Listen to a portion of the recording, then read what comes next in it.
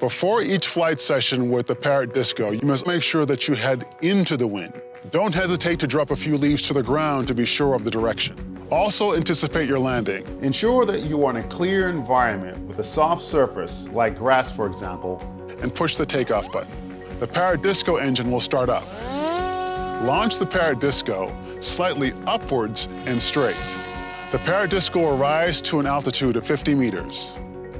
It will then place itself in an automatic circular flight pattern with a 30-meter radius. You can now pilot your Parrot DISCO drone. Enjoy! Come discover our next video, how to pilot the Parrot DISCO.